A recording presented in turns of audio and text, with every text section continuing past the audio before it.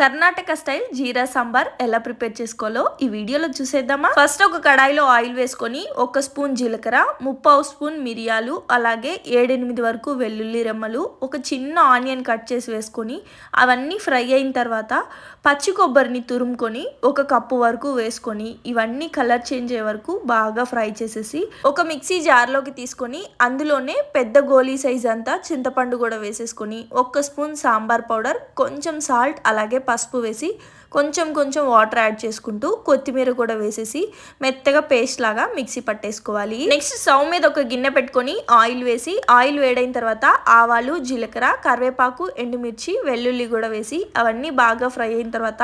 Mixie పట్టుకున్న మసాలా కూడా వేసేసి కొంచెం పచ్చివాసన పోయే వరకు ఫ్రై చేసేసుకొని అందులోనే వాటర్ కూడా యాడ్ చేసేసుకొని సాల్ట్ సరిపోతే సాల్ట్ యాడ్ చేసుకొని జస్ట్ ఒక పొంగొచ్చాక స్టవ్ ఆఫ్ చేసుకోవడమే. ఇడ్లీలోకి, రైస్లోకి చాలా బాగుంటుంది.